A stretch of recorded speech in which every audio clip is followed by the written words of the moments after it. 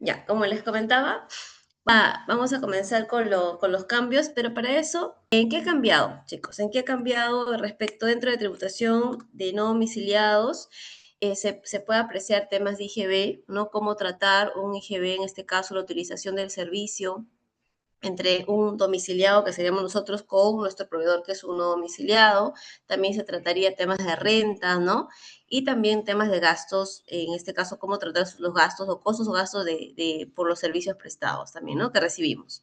Ahora, vamos a enfatizar, vamos a comenzar con temas de IGB, y por eso es la pregunta siguiente, ¿no? ¿Qué se grava y quién es el contribuyente? Esto es muy importante poder responder, porque cuando nosotros tenemos el tratamiento tributario del IGB con renta, son diferentes, tanto el contribuyente, en este caso, es el que paga el impuesto a la renta, con el contribuyente que paga el IGB. Entonces, vamos a responder esta pregunta enfatizando en todo lo que es IGB no domiciliado. Entonces, ¿qué se grava y quién es el contribuyente? La utilización de servicios en el país, por ejemplo, es una operación distinta a la prestación de servicio. Cuando ustedes escuchen la palabra utilización, ¿ya? En términos tributarios, cuando nosotros los tributaristas nos referimos, se refiere a una operación con un domiciliado, ¿ya? Que mi proveedor es un domiciliado y me está dando un servicio. Y cuando ustedes escuchan la palabra prestación, es que es entre domiciliados, ¿ok?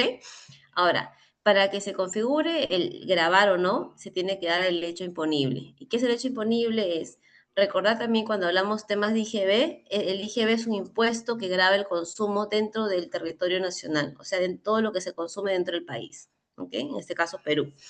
Ahora, se va a configurar cuando el servicio, como decía, es prestado por uno domiciliado y consumido y empleado dentro de Perú.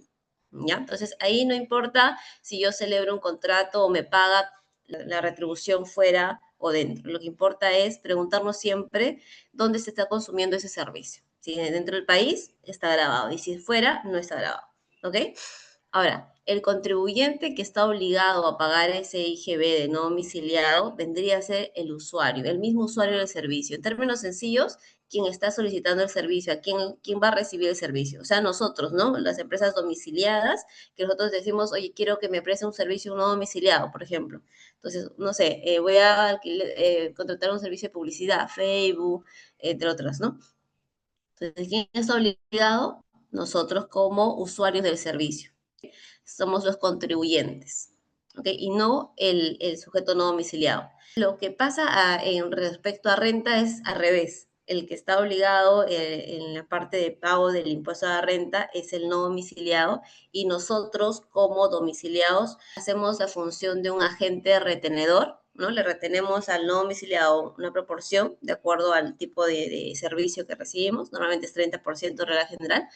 Entonces, y le pagamos la diferencia y eso pagamos a SUNAT, ¿no? Actuamos como agente retenedor. Sin embargo, en el IGB no. En el IGB, ahí nosotros como domiciliados, usuarios de servicios, somos los contribuyentes directos. ¿Ya? Y eso también, aprovechando ese punto, gatilla el tema y que seguramente ustedes se han preguntado, ¿no? ¿Qué pasa, Pamela, si yo no pago, en este caso, el impuesto a la renta y no pago el IGB? ¿Tengo multas, no? Muchos me han preguntado también, y aprovecho a comentar por este punto también que tiene hilación con esto, porque, claro, cuando tú no pagas el impuesto a la renta del domiciliado, sí se configura multa. ¿Y por qué se configura multa? ¿Por qué? Uno, porque tienes la obligación de presentar un PDT 617, que lo conocemos, el de fácil ahora. Y algo importante es ¿por qué? Porque nosotros estamos haciendo agentes retenedores y ni siquiera es nuestro dinero, es el dinero del tercero, en este caso el no domiciliado, ¿correcto? Es decir, estamos actuando como un tercero retenedor. Sin embargo, y ahí sí configura todo lo que es multa y sus intereses. Sin embargo, cuando no pagamos a tiempo un IGB no domiciliado, no configura solo intereses. Se va acumulando hasta que regularices y puedas pagar, ¿no? En este caso es una. ¿Ya? Y ahí siempre yo, por ejemplo, cuando les comento mi tips, ¿no? Cuando yo he aprendido esto ya no domiciliado, sacaba mi lógica y decía, ah, ya, entonces todo lo que son de terceros, que no corresponde directamente al contribuyente en sí como su obligación principal, entonces no configura, en este caso, intereses, ¿no? Por ejemplo, ustedes cuando no pagan el IGB, cuenta propia, configura intereses. Cuando ustedes, por ejemplo, su pago a cuenta, también intereses, ¿no? Sí, pero lo que sí configura lo que es multa y aparte de sus intereses es cuando ustedes, por ejemplo, este tema de retenciones de terceros que ustedes están haciendo como agentes retenedores. Ahí ténganlo en cuenta. Ahora, volviendo más al tema en sí, que también tenemos que tener en cuenta, aparte de que el contribuyente ya saben que somos nosotros como usuarios del servicio, en el artículo 9, numeral 9.1, para ser exactos, inciso C, nos dice que quienes desarrollan actividad, por ejemplo, empresarial y utilizan los servicios de no domiciliados, ahí precisa, ¿no? Esa parte, y también alcanza también a quienes no realizan actividad empresarial cuando la operación es habitual. Hay también un tema de habitualidad, ya cuando en la norma tributaria nos habla de habitualidad, por ejemplo, cuando ustedes realizan operaciones más de 3 veces, por ejemplo, ya la SUNAT lo considera como habitual. Entonces también tenemos que tener en cuenta. ¿Qué más? No es retención, es impuesto propio, es lo que les decía. Acá no hay retención, en IGB no hay retención, es directamente el impuesto propio del usuario del servicio. ¿Ya? Entonces, por eso que el IGB no domiciliado no se traslada ni se consigna en el invoice del proveedor. Sin embargo, también, y ustedes seguramente habrán visto, porque yo también he visto muchos casos de estos, hay algunos que te ponen el invoice y dice IVA, ¿no? IVA o algo así. Entonces, muchos piensan de que, ya está puesto en el invoice y ya me está cobrando el IGB, entonces yo ya no tengo por qué pagar. No. En realidad, claro, como cada tipo de comprobante, y más que nada del exterior, tiene sus propias formas, modelos, de acuerdo a su legislación tributaria de su país. ¿Ok? Pero eso no quiere decir que ese es el IGB que estamos hablando ahora, ¿no? Que la SUNAT sí nos va a obligar a pagar en caso que el servicio es consumido dentro de nuestro país, ¿ok? Así que para que tengan en cuenta eso también. ¿Qué más? El usuario es el que asume, ¿no? O sea, nosotros como usuarios asumimos eso, lo pagamos directamente a SUNAT y una vez que se paga, chicos, sí podemos decir, tengo derecho a tomarme el crédito fiscal. Eso es uno, porque estamos cumpliendo el requisito sustancial del pago. Y aparte, tenemos que también cumplir con anotarlo, ya que es un requisito formal, si bien es cierto. Ahora, algo importante que también siempre resalto y quiero que quede claro es cuándo tengo la obligación, ¿no? Ya sé que, Pamela, ya sé que el servicio se va a consumir acá dentro de Perú. Perfecto, ya. Entonces sé que tengo que pagar el IGB, lo tengo claro, pero no sé en qué momento.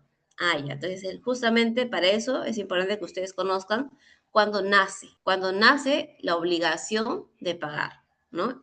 Y bueno, por ahí también le he puesto el tipo de cambio también para comentarles. A ver, ¿cuándo nace esa obligación en esta oportunidad que está acá? Es cuando en la fecha en que se anote el comprobante del exterior, o sea, el famoso invoice, ¿en dónde? En el registro de compras. Pamela, ¿en qué registro de compras? Porque yo conozco dos registros de compras, uno nacional y uno no domiciliado. Ya, en el registro de compras no domiciliado. Cuando te llega el invoice, con ese tipo 91 de comprobante, en el registro de compras no domiciliado. Cuando tú has anotado en ese momento, hoy día estamos, por ejemplo, que estamos 17, ¿no? 17 de agosto. Hoy día anoté. Todavía no he hecho el pago, Pamela, del servicio de no domiciliado, pero ya lo noté. Perfecto. Como ya lo notaste, entonces ya estás cumpliendo este primer supuesto. La norma te dice lo que ocurra primero. ¿Qué pasa si hubiera ocurrido primero, Pamela, el pago y todavía no noto? Ya, también estás ya naciendo la obligación. Es cualquiera de estos dos. El periodo tributario del pago del IGB es el que ocurrió primero. ¿Ya?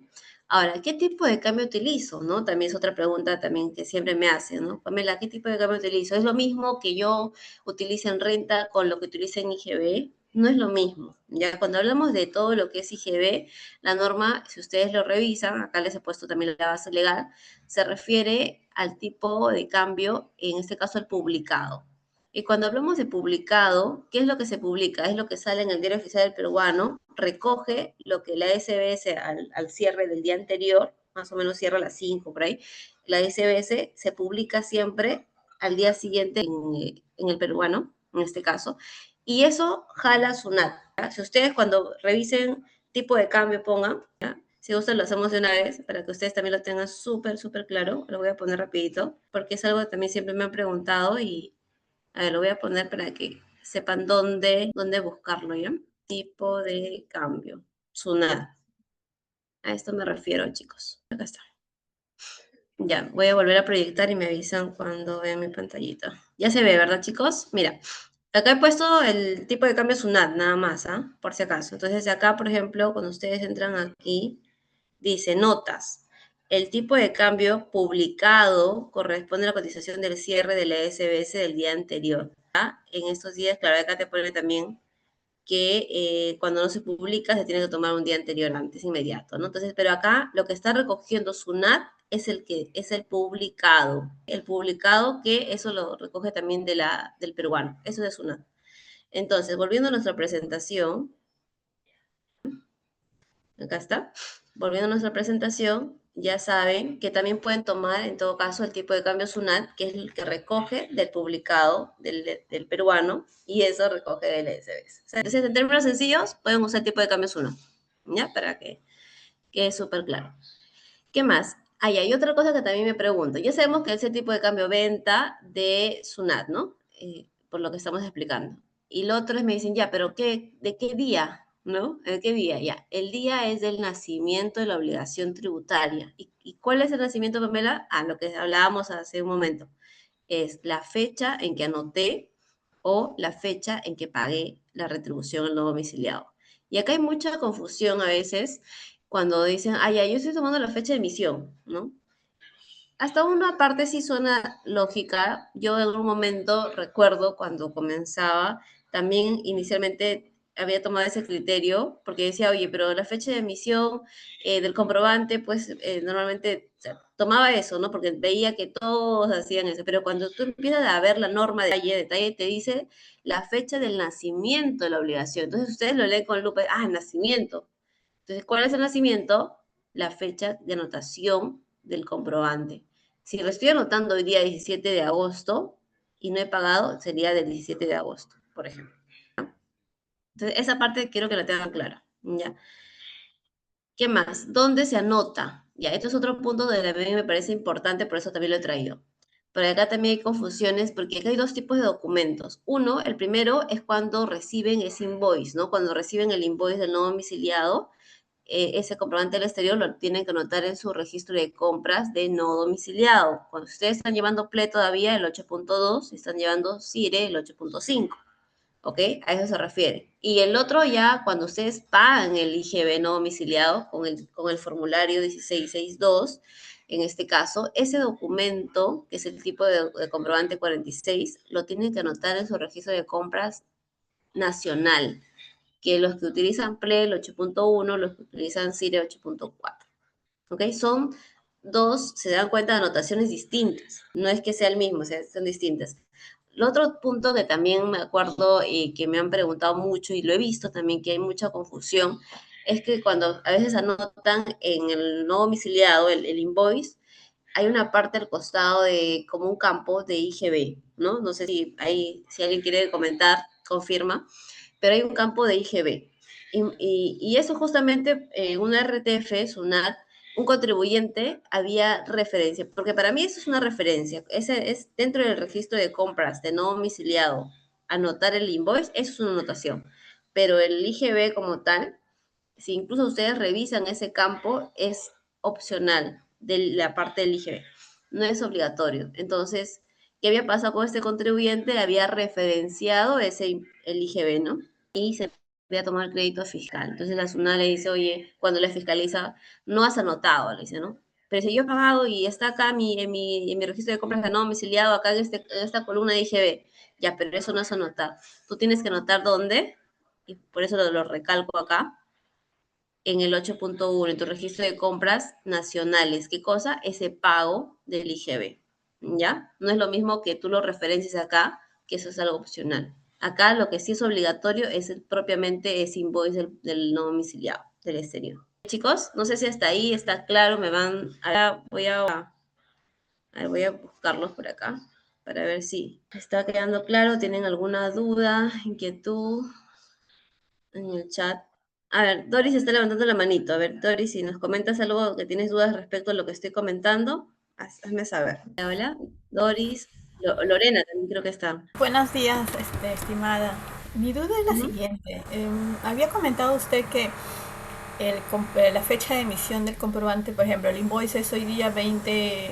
Perdón, 17 de agosto, ¿no? Si el invoice tiene 17 de agosto, pero yo recién lo anoto el 20, la fecha de emisión tiene que ser del 20, ¿correcto? Pero cuando se ingresa a un sistema contable, el sistema directamente, especialmente con los invoice en excepcional, ¿no? Que sean las notas de crédito y débito que tienen una fecha distinta porque tiene que ser la fecha de emisión de la factura, ¿no?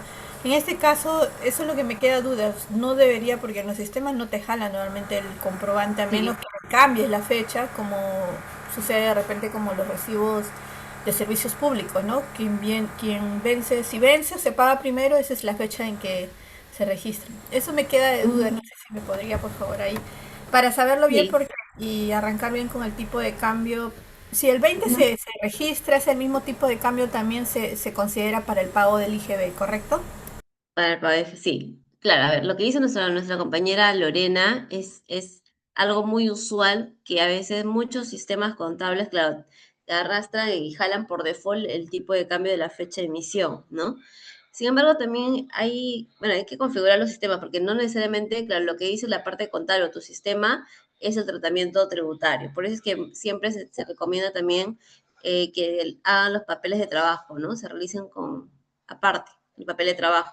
Si lo puedes hacer en tu RP, en tu sistema contable, en este caso, también, en el caso de los no domiciliados que ya ahorita estamos precisando, es el nacimiento de la obligación, que no necesariamente va a coincidir con tu fecha de emisión del invoice. Entonces sí, ahí les recomiendo, porque también he visto casos que sí se puede editar, o sea, mover esa, para el tipo de cambio. ¿Ya? Entonces, y si no se puede, Lorena, porque no sé, está muy parametrizado y que es muy, o sea, muy costoso incluso a veces los cambios. Entonces sí te recomendaría que hagas tu papel de trabajo y que tengas dentro de tu papel de trabajo los tipos de cambio correctos. ¿No? Sí, sí he visto tu caso también. Ahí no sé si Lorena si te contesté la pregunta, pero tendría que ser el tipo de cambio de nacimiento. Que en tu ejemplo es el 20, ¿no? Ujú. Estimada, y si fuera acá 3 meses, o sea, como que se pierde el tipo de cambio de la fecha de emisión, ¿no? O sea, simplemente por la anotación, ¿correcto? Lo digo porque, por ¿Es la ejemplo, anotación o el pago? Ujú. ok, gracias. A ti, Lorena, gracias. A ver, no sé si creo que alguien más estaba. Doris creo que vi, o me equivoco. Ya, pero ya no veo otra manita. A ver, entonces. Ah, ya, Doris, acá está. Doris, si gustas, puedes comentarnos tu pregunta. ¿Y Doris? ¿Te escuchamos, Doris? Ya, no sé si. A ver, si no, Doris no contesta, si no, Doris nos avisas. A ver, ahí está levantando María Zapata Paucar. A ver, María, coméntanos y luego vuelvo a los chats rápidamente y continuamos, ya, chicos, para avanzar. Buenos días, ¿cómo están? Les quiero consultar algo. Nosotros tenemos dos invoices, el de TripAdvisor y el de Google, que recién es el mes anterior. El TripAdvisor ya es Ujú, desde el año pasado. Yo siempre lo he registrado y no domiciliado, pero nunca lo he ujú. retenido nada a mi proveedor, ¿Ya? a ¿De qué se Trip- trata ese servicio? TripAdvisor es Publicidad, ya. sí, de restaurante y Google sí me ha venido con factura con IGB de 18%, pero todavía no lo he declarado este julio porque tengo esa duda Ujú. del 1662, o sea, pero TripAdvisor está bien que declare cada mes como no domiciliado y yo lo mando como un gasto no grabado. No retengo nada, no le retengo nada al proveedor. Ya. Es un servicio, en este caso, claro, de no domiciliado, porque es un proveedor que se está hablando de no domiciliado. Es netamente con todo lo que es por internet, entiendo, ¿no? O sea, es predecible, o sea, sí, pero sí tienes que usar internet, así como Google. Sí, ¿Es ambos, parecido? Sí, Lo Google y mismo, ya. TripAdvisor es parecido. Ujú. Ah, claro, en ese caso se podría decir que se califica como un servicio, en este caso digital, ¿no? Que, que sería, claro, grabado con renta y GB. Ahora, hay muchos, como esas empresas tan grandes como Google en este caso, que a veces no, o sea, buscan que no le retengan, ¿no? Te dicen, oye, ¿sabes qué? Tú te encargas, me pagas el 100%. Pasa eso. Y ahí es donde configura el tema, oye, si yo asumo el impuesto a la renta, porque en realidad no me corresponde, como les decía, en renta, al que le corresponde pagar es al mismo proveedor y lo que sí tengo que hacer yo como empresa domiciliada es retenerle y pagarle la diferencia. Eso es lo correcto. Pero a veces hay empresas, y me ha pasado casos en que dices, ¿sabes qué? Me pagas a mí el 100% y tú ya ves cómo pagas sus impuestos. Me ha pasado y seguramente a muchos de ustedes también. Cuando pasa eso, chicos, entonces, claro, hay un tema de asumir un impuesto que no me corresponde y que le corresponde a un tercero. En el artículo 47 de la ley del impuesto a la renta, justamente habla de esos casos. cuando ustedes tengan casos así de que están asumiendo un impuesto que no les corresponde, en el artículo 47 te dice que ese gasto, ¿no? Porque va a ser al final, va a ser como un gasto para ti, no es deducible. Salvo, y hay una excepción que también aprovecho de comentarles, cuando asuman, y ojo, para que estén atentos, cuando asuman un impuesto a la renta de un nuevo domiciliado vinculado a lo que es crédito, o sea, los intereses, ¿ya? Y solamente ahí, por excepción de la norma tributaria del artículo 47, apunten y revísenlo, sí te permite, cuando tú asumes, considerarlo como un gasto deducible. Pero de los demás casos, que en este caso nos habla nuestra compañera María, claro, no está configurado como un interés, no es un crédito como tal, entonces ahí si ustedes asumen, sería un gasto no deducible por ese lado, por renta. Y por IGB, ahora a partir de julio hay un nuevo procedimiento incluso para el pago del IGB, que voy a entrar ahora en breve a explicarles cuál es ese paso. ¿Ya? Pero sí estás obligada a pagar renta de IGB, ¿no? Y si no lo hago, Pamela, ¿qué pasa? Claro, a ver, si no lo haces y por ahí nada lo detecta, tal vez por tu bancarización, por tu conciliación bancaria y todo, sí, pues te puede ahí, o sea, hacer pagar porque debiste de haber pagado desde un comienzo, ¿no? Uh-huh. ¿Okay? Ahí Pero María señorita, nos... Sí. perdón que te corte. Yo tengo entendido como son empresas del exterior y la publicidad lo hacen en el exterior. Por eso es que yo, al menos de Trisa de Base, lo que ya manejamos más de un año, la Mm. publicidad, y como yo le digo, lo pongo como gasto no grabado y también lo usé para bajar mi renta del anual. Nunca he pagado renta y siempre he tenido, al menos tengo entendido que son publicidades que lo hacen en el exterior. Por eso es que Claro, yo pero no ¿te sirve, retengo lo nada consumes y no acá para tu empresa peruana o no? al menos es más para el exterior, no es acá. O sea, sé que habrá personas que entrarán al Trizas By, porque en el Trizas By están los hoteles y restaurantes, y ya, pues habrá gente peruana que quizás lo mira o quizás no lo mira, pero mayormente eso es el exterior. Ah, ya. Es otra, mira, es una buena precisión lo que comentas. Como comencé, el tema del IGB, al menos, si hablamos de IGB, es cuando se consume dentro de territorio nacional, o sea, de Perú. Si tú me dices, Pamela, es para un servicio que se consume fuera y no acá, entonces ahí no habría IGB, ¿no? Y lo otro Pero por Google tema me ha de mandado mi renta. factura con IGB. O sea, en Google si dice la factura, pone el valor venta, pone entre paréntesis 18%, que es IVA a su lado, y luego, eso Ujú. sí tengo que pagar el IGB, eso sí, o sea, no sé, tengo, al menos me da ese tipo de consulta. Esa factura de Google que comentas, ¿está a nombre de la empresa o está a nombre del representante, del gerente? A ver, Está a eso también nombre es de la importante. empresa. Tanto el TripAdvisor como Google está a nombre de la empresa. Porque el tema del IVA que te ponen muchas veces es claro, ellos también tienen su legislación tributaria en cada país, pero el IVA que nos estamos hablando ahora se refiere al de Perú. Entonces, por eso decía, ¿no? Por más que muchas veces en el invoice aparezca con esa palabra IVA, eso es diferente a lo que nosotros vamos a pagar, estamos obligados a pagar, porque incluso tenemos ahora una declaración informativa previa al pago del IGB no domiciliado que tenemos que cumplir.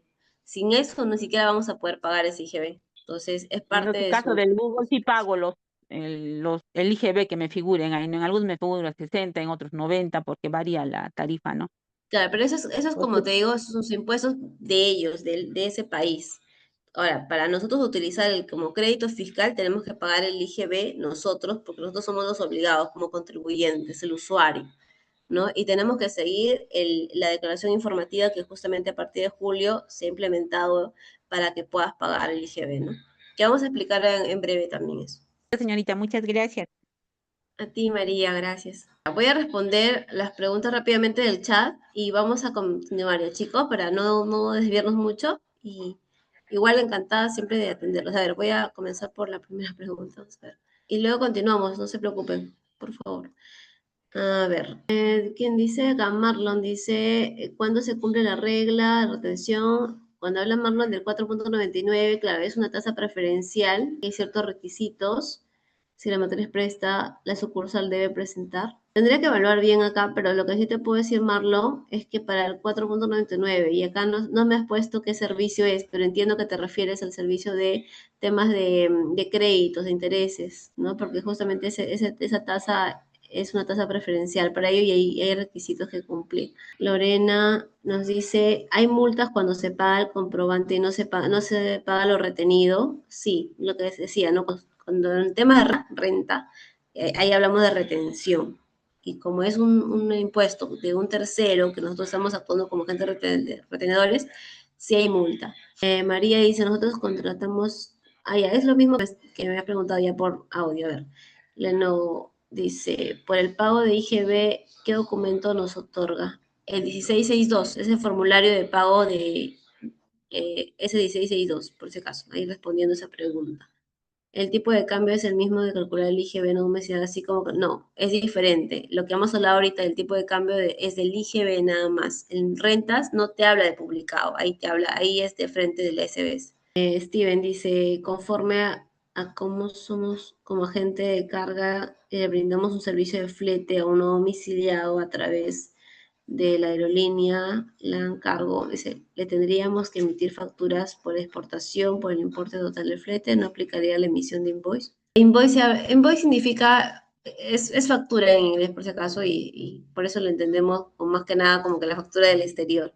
Pero en tu caso, Steven Bellón, claro, tienes que emitir tu comprobante de pago. En este caso, cuando hablamos de temas con no domiciliados, es como una boleta, ¿no? Por un tema más operativo, más que es una boleta, no te permite factura. Una consulta, y si el invoice tiene fecha de emisión de enero, pero se ha registrado en el 8.5 el mes de julio y recién se pagaría el IGB en el mes de agosto, ¿eso está bien? Sí, sí está bien. Aquí, según tu pregunta, Marle, si tú tienes tu invoice que tiene la fecha de enero, pero recién lo estás registrando en julio y todavía no está pagado, en julio que estás registrando y están haciendo la obligación del pago del IGB. Ojo con eso. Entonces, tienes que usar tu tipo de cambio de julio. El pago, dice, el pago de formulario 1662 es solo por IGB, sí, por IGB. Y el otro formulario 1662, el registro de compra 8.1 nacional con el KERRUC, dice. Allá. Vamos a entrar ahora a detalle, Doris, para ver qué es lo que ha cambiado justamente para hacer el pago dentro de Suna virtual y puedas apreciar también todo ese cambio. A ver, ambos se pueden tomar en el mismo mes. Entiendo que te refieres al invoice y al pago. Entiendo que te refieres CPC-2026, el que comenta. Sí, también lo puedes anotar en el mismo mes, pero claro, lo anotas y si pagas el IGB, ya vas a tener tu constancia de pago de 1662 y también te puedes tomar el crédito fiscal, ¿no? Lins dice, en la columna retención de no mencionar es referencia al porcentaje de retención porque muchas veces varía el importe en soles porque aún no se ha pagado la retención. No sé si me estás preguntando o estás afirmando, creo que estás comentando ahí, Lins. A ver, ¿qué más? Bueno, ahí está comentando el tipo de cambio que ya he contestado. Creo que es eso, chicos. A ver, igual voy a continuar y vamos avanzando, ¿ya? Porque no vamos a acabar nunca. Pero les comento, chicos, y voy adelantando un poco ya lo que seguramente Jason me va a comentar. Ahorita estamos dando todos los cambios. Voy a darle lo más importante en esta sesión, pero vamos a hacer justamente un curso más a detalle con cada tema así a profundidad de IGB, de renta, de gastos no deducibles y todo eso, ¿ya? Pero ahorita quería trasladarle los temas más importantes y el cambio más bien, ¿ya? Voy avanzando para poder llegar a ver, un segundo. Continúo, chicos, porque si no... Ya vamos a hablar del nacimiento. Ya. Respecto al crédito fiscal, eh, hay que tener en cuenta que para que nosotros podamos tomarnos el crédito fiscal, primero que nada, tenemos que cumplir dos requisitos. El sustancial, que vendría a ser el pago, ¿ya? Que esté pagado. Eso es importante. Pamela, ¿cómo lo pago? Ya, ahorita les voy a enseñar que justamente parte del proceso de pago de este IGB no es lo que ha cambiado. Pero quédense claro con que tiene que ser pagado el código 1041. Ahora, ¿cuál es el requisito formal? Es que esté anotado. Ese pago que ustedes están haciendo en el formulario 1662 tiene que estar anotado en tu registro correspondiente. ¿Y cuál es el registro correspondiente? El que consideras una como anotación del IGB no domiciliado, del pago de ese IGB no domiciliado, es el formulario 8.1 cuando hablamos de PLE y 8.4 cuando hablamos de CIRE. ¿Ya? Ahora, ¿qué más a tener en cuenta? La oportunidad del uso, ¿no? Que el crédito se ejerce a partir de la declaración del periodo en que se realizó el pago. No se procede su uso en un periodo antes del pago. Ojo con eso, ¿ya? Por más, ay, Pamela, ya lo anoté, o no, ya lo contabilicé en mi libro diario, ya lo puedo considerar el crédito fiscal. No, tiene que ser anotado en tu registro de compras, ¿tá? Porque, ¿qué pasa, Pamela, si yo utilizo un IGB que nunca he pagado y solamente lo he contabilizado en mi libro diario? Obviamente estás tomándote un crédito que no te corresponde, un crédito indebido, ¿no? Y vas a configurar la infracción como el artículo 168, numeral 1 del Código Tributario.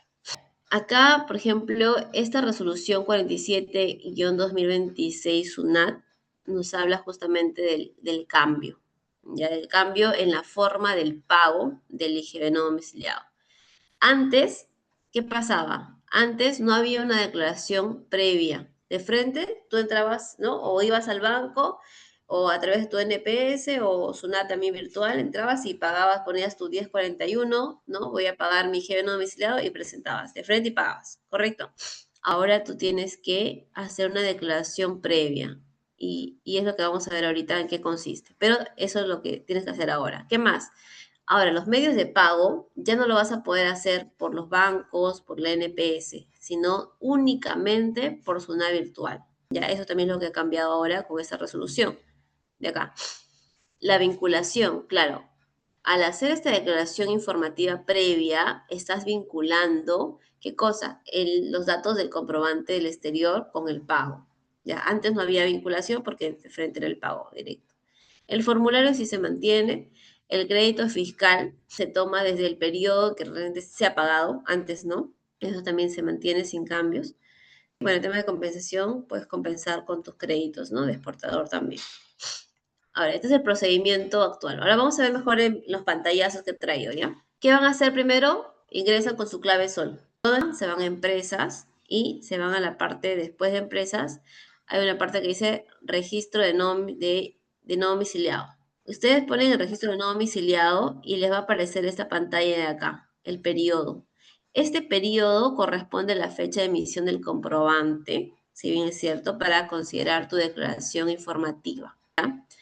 Hay algo que sí me he dado cuenta que producto de este cambio que ahora SUNAT ha implementado a partir de julio, es que como están considerando el periodo de la fecha de emisión del comprobante del exterior, tu 1662, como se llena automáticamente cuando tú llenas esta declaración informativa, está jalando el periodo de la fecha de emisión. Pues, supongamos que se ha emitido en julio, ¿no? Y ustedes recién van a pagar el IGB ahora en agosto. Entonces, como acá se considera el periodo de la fecha de emisión, ustedes van a poner julio, ¿no? Julio, no sé, pues voy a poner 15 de julio, ¡pam! Y como esto jala automáticamente al tu formulario 1662, que vamos a ver a continuación, ahí es ahí una crítica que sí hay que tener en cuenta o un comentario interesante, que también, no solamente yo, sino también hay varios tributaristas que creo yo también voy en esa línea, que eso puede generar confusión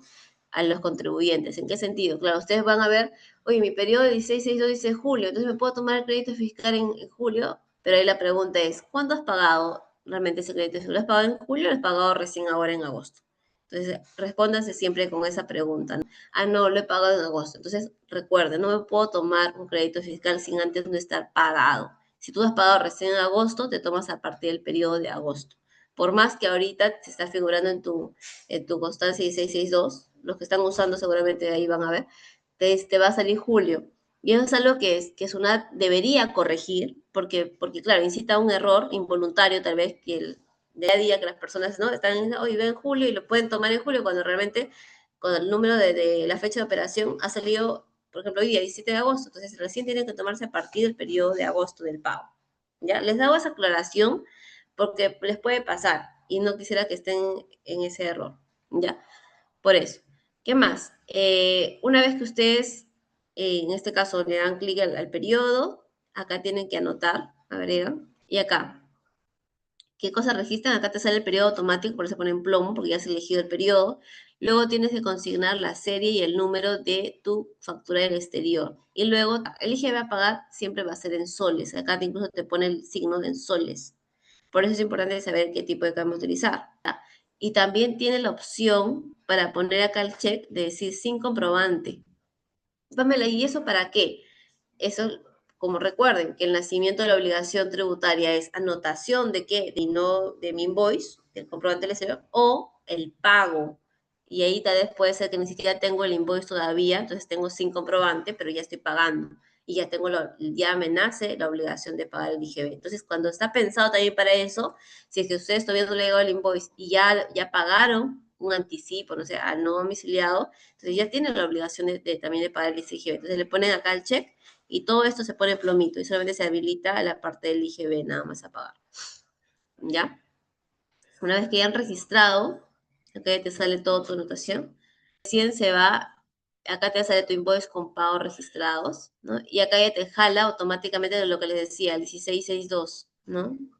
Eso se carga, acá tú tienes que seleccionar qué cosa es lo que tú ya has hecho tu declaración informativa, lo seleccionas y acá ratificas el monto del IGB. Acá me sale 383, creo, y acá le pongo, voy a pagar todo o una parte, y si no pago todo, obviamente me va a ir generando intereses. Esa es la forma, chicos. Y luego ya tienen que guardar también sus constancias en el pago y no se olviden de descargar sus constancias también, ¿ya? Eso es, chicos. Bueno, ahí les he puesto algunos pantallazos más de la búsqueda. Ahora sí vamos a entrar a otro tema de sujetos sin capacidad operativa. A ver, antes de entrar, quiero ver si está quedando súper claro. Estamos por acá. A ver, chicos, respecto a lo que he conversado ahorita, para situarnos, ¿está quedando claro? Pónganme en el chat, ¿está claro? Gracias, Marilet. Perfecto. Qué bueno que esté quedando claro. Ana dice, no, no, claro, a ver, Ana, si nos puedes comentar algo que quisieras aclararte, también me gustaría conocerlo. Ajá, ahí, muy claro, dice José Vigo. Ah, ya, la de renta todavía no hemos tocado temas de renta, por eso es que tal vez no esté sacando claro en renta, eh, ahí la persona que ha puesto, porque ahorita me estoy enfocando en los cambios normativos dentro de tributación no domiciliado, que es el IGB, ¿ya? Por eso es. Marlene dice, excelente clase. Ya, muy bien, vamos a continuar. Entonces ya cerrando temas de no domiciliado vinculado a IGB como tal, vamos a comentarles sobre el sujeto sin capacidad operativa. Ya, ¿qué es lo primero que tengo que saber cuando hablamos de sujeto sin capacidad operativa? ¿Qué es un sujeto sin capacidad operativa? En términos sencillos, le voy a comentar en términos sencillos, ¿ya? ¿Qué es lo que busca, en este caso, el legislador cuando ha creado esta norma bajo el decreto legislativo 1532? Lo que busca es poder identificar aquellas empresas que por más que tengan RUC, por más que tengan por ahí un trabajador y punto así, son fachadas. No son empresas que simplemente sirven de fachadas. ¿Para qué? Para que vendan facturas. Eso es así de directo es, chicos. Ya, eso es lo que busca SUNAT, identificar a esas empresas que realmente no corresponden, no son, o sea, tienen incluso constituido su empresa, tiene su domicilio fiscal, su RUC, pagan su impuesto y todo, pero realmente su función es vender facturas, es hacer todo, ¿no? Toda esa parte para evadir impuestos. Así es, así de claro es, chicos. Entonces, a raíz de eso, SUNAT es que ha creado esta norma específica para identificar. Pero ahí les comento algo. Esto no es nuevo. SUNAT ya desde mucho antes, incluso que salga esta norma, SUNAT ya identificaba a estos sujetos sin capacidad operativa, pero solamente lo hacía a través de fiscalizaciones. ¿No? Cuando fiscalizaba, se daba cuenta que no, esto no corresponde, que hay un tema que no cruza, porque también está toda la potestad de hacer cruces, no solamente con tu información, sino con tus proveedores, tus clientes y todo eso. Entonces, cuando hacía los cruces, se daba cuenta y saltaba. Pero, ¿qué pasaba? Solamente lo detectaba en el curso de la fiscalización. Entonces, a raíz de eso dije, no, pues, ¿no? O sea, si me voy a demorar, si yo fiscalizo y recién lo detecto ahí. Entonces, a raíz de eso se creó la norma específica para que ya desde, ¿no? Que aquellos que tienen, en este caso, no tienen un personal adecuado, idóneo, infraestructura, lo que vamos a explicar a continuación, entonces ya desde ya se vaya calificando como sujetos sin capacidad operativa, ¿ya?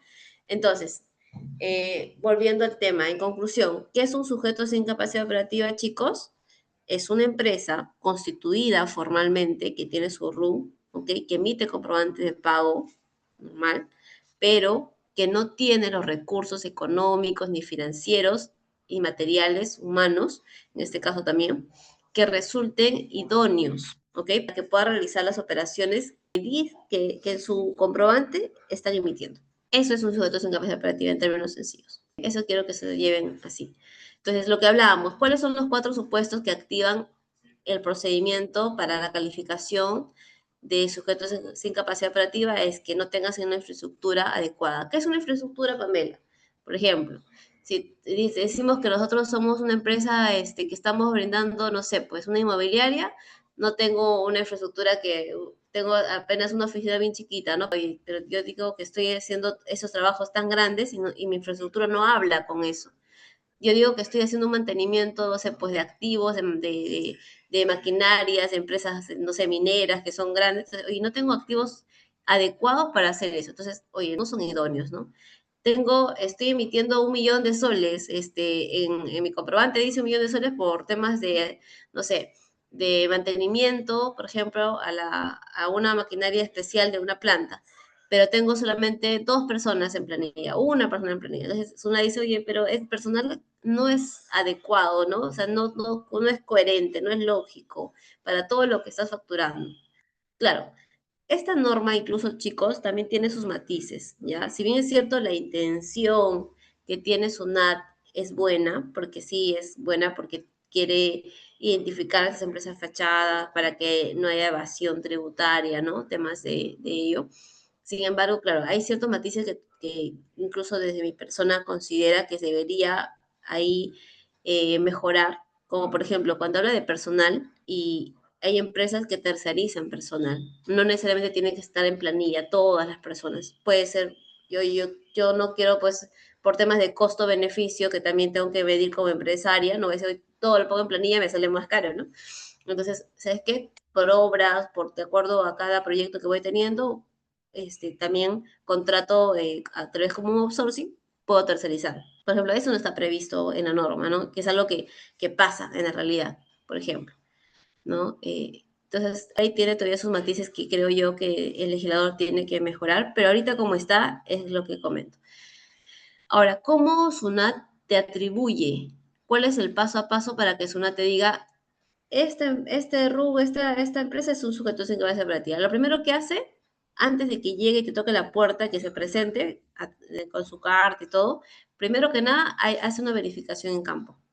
O sea, ya SUNAT tiene sospechas. O sea, ya no es que SUNAT de frente te vaya a emitir su carta de presentación y te diga, ¿no? Acá está tu 30 días para que me levantes esas observaciones. No, SUNAT ya, previo a hecho, ya ha detectado algo inusual. Oye, esta empresa es nueva, tiene un trabajador, porque también si ustedes consultan, en este caso en la claves, no, claves o no, si no consulta RUC, nada más ponen RUC, ni siquiera necesitan la clave SOR. Y ya te sale incluso cuántos trabajadores tienen dependientes, independientes, todo te sale, ¿ah? Ahí esa parte. Entonces, SUNAT ya tiene esos datos. Y ahora con todo lo que está masificando de forma electrónica, más aún conoce ya nuestra información a detalle. Entonces, cuando SUNAT algo encuentra a través de sus cruces, ¿no? Que hace y todo, inusual, ahí es donde se le prende la alarma y dice, ya, acá voy a ir de frente. Entonces, se presenta a través de una carta de presentación y te manda un requerimiento. Ese requerimiento te da un plazo de 30 días hábiles.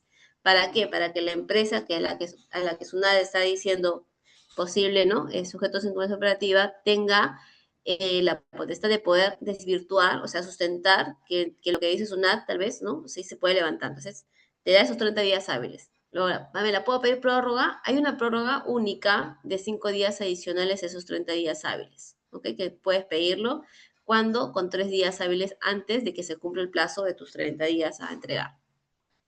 Luego SUNAT lo que va a hacer es evaluar la información que tú le estás entregando. SUNAT evalúa los medios probatorios que el contribuyente está entregando en este caso y luego ya emite su resultado. ¿Ok? El resultado puede ser a favor, desde, oye, que sí, razón, pues estás demostrando que efectivamente, o sea, si cumples por ahí, no, ok, levanta. O puedes también decir, ¿sabes qué? Confirmo, ¿no? Que sí atribuye que sí es un sujeto sin capacidad operativa. Y una vez que atribuye, ya sale ya la parte de la publicación en el Diario Oficial Peruano, en la página web de SUNAT y todo eso. Ya se publica. Ahora, Pamela, yo puedo apelar, porque si SUNAT me dice, no puede ser tampoco, me dice, yo sé que no es así, yo tengo por ahí más medios y yo quisiera que vea un órgano más arriba que SUNAT. O sea, ¿puedo reclamar? Puedes reclamar. Puedes irte al Tribunal Fiscal también, ¿no? Los plazos son bastante cortos, igual son de 30 días, pero puedes hacerlo. Estás en todo tu derecho como contribuyente también, ¿no? En este caso, ¿ya? Pero una vez que salga ya la publicación, chicos, eso ya es algo que queda ahí y a partir de ahí las consecuencias son bastante severas. ¿Ya? Por eso la recomendación y ya también parte de sus validaciones, chicos, sí es importante que revisen esa lista de sujetos sin capacidad operativa. Revísenlo. Porque, ¿qué pasa si uno de sus proveedores está dentro de esa lista? O la misma empresa con la que ustedes están, está dentro de esa lista.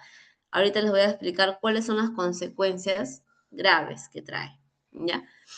Entonces, a ver, acá les he puesto la regla que define el resultado. La prueba, ya, precluye. ¿A qué se refiere? Por ejemplo, la actividad probatoria se agota en la primera etapa administrativa. O sea, lo que sí valora SUNAT. Para que tú le entregues los medios probatorios, le presentes dentro de los días que te está dando, de los 30 días, o si pides prórroga, hasta 5 días más. Pero entre ese rango, todos los medios probatorios SUNAT tiene la obligación de revisarlo. Así que sí o sí valora todos los sustentos que tú le vas a entregar. ¿Ok? Esas pruebas que ofreces en el plazo, por ejemplo, que no pudieron actuarse por causa no imputable del sujeto, ¿a qué te refieres, Pamela? Por ejemplo, oye, una empresa que está ahorita, tenemos tema también del fenómeno de niño, etcétera, entre otros casos, que puede ser causas mayores, que ya obviamente no es fuera del sujeto en sí que se está siendo revisado, pueden presentar a SUNAT y decirle a SUNAT, mira, por este motivo no he podido llegar al plazo y te pido que consideres estos medios probatorios, ¿no? Que estoy entregándote. Entonces, pero que estar bien sustentado, ¿ok? La documentación exhibida en el campo. Esto es lo que SUNAT va a valorar. Y lo que SUNAT ya no va a revisar es cuando entregas información, por ejemplo, dice prueba presentada recién en la reclamación o apelación, sin que esto lo hayas entregado durante el plazo que te ha otorgado SUNAT, ¿no? Como que ya no le da peso ahí, nada. Documentos extemporáneos, aunque sea pertinente y esté vinculado a la operación observada, porque como son extemporáneos, están fuera de plazo, ahí SUNAT no valora eso, ¿no? El expediente reconstruido después de la resolución de atribución también. O sea, todo es importante que lo hagamos dentro del plazo que SUNAT nos está estableciendo, ¿ok? Ahora, lo que les decía, ¿cuáles son esos efectos de publicación? Apenas sale la publicación, los efectos son los siguientes. Primero que nada, para el que emite, o sea, para el que es considerado como sujeto sin capacidad operativa, tiene que dar de baja todas las series de sus comprobantes, ¿ok? ¿Qué más? Solamente va a poder emitir boletas electrónicas y esa boleta electrónica ni siquiera le va a permitir que asustar costo, gasto ni crédito fiscal. Eso es lo terrible, ¿no? Pero igual el IGB, que hasta el momento que ha sido dentro de la lista considerado, publicado, todo lo que he emitido hasta ahí va a tener que pagar a SUNAT del IGB y de ahí en adelante ya prácticamente sus operaciones quedan solamente con boletas electrónicas sin derecho a crédito fiscal ni sustentar.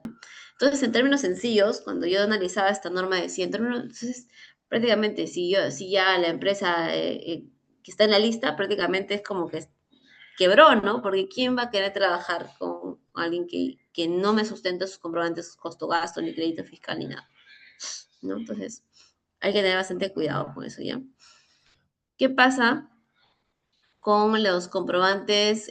Acá les he puesto efectos sobre los comprobantes ya emitidos. Lo que les decía, ¿no? Es los que ya están emitidos, por ejemplo, como reglas generales, que los comprobantes emitidos por un sujeto sin capacidad operativa hasta el día de la publicación no permite ejercer el crédito fiscal ni cualquier otro beneficio, ni sustentar costo y gasto. ¿Ya?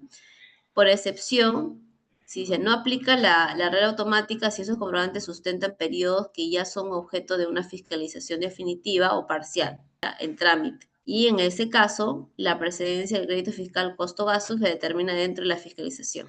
Claro, si ustedes justo salen a la lista, pero a la vez SUNAT ya estaba fiscalizándoles, entonces dentro de la fiscalización es donde se van a ustedes a actuar, ¿no?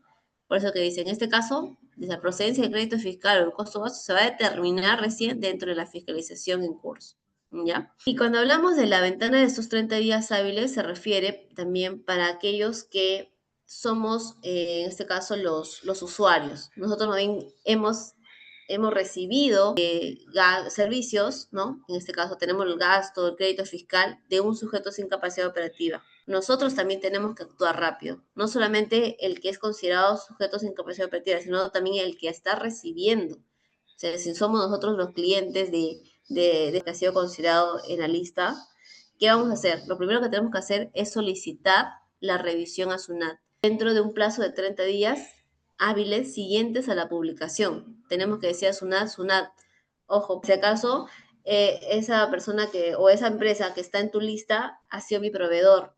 Yo tengo ese gasto y el crédito fiscal. Revisa. ¿Ya?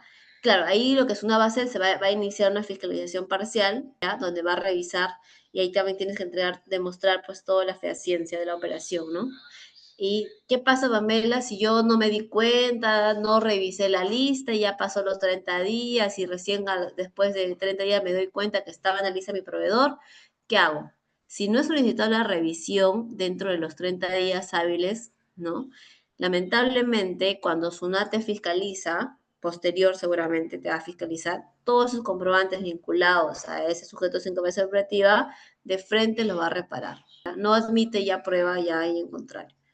Entonces, eso es el efecto grande que tenemos, no solamente el que es considerado, sino también el que recibe, ¿ya? Entonces, como recomendación, chicos, ya haciendo una auditoría tributaria preventiva para aplicar el riesgo y mitigar este riesgo de sujetos sin capacidad operativa, es, revisemos, sí, la consulta RUC, pero eso no basta.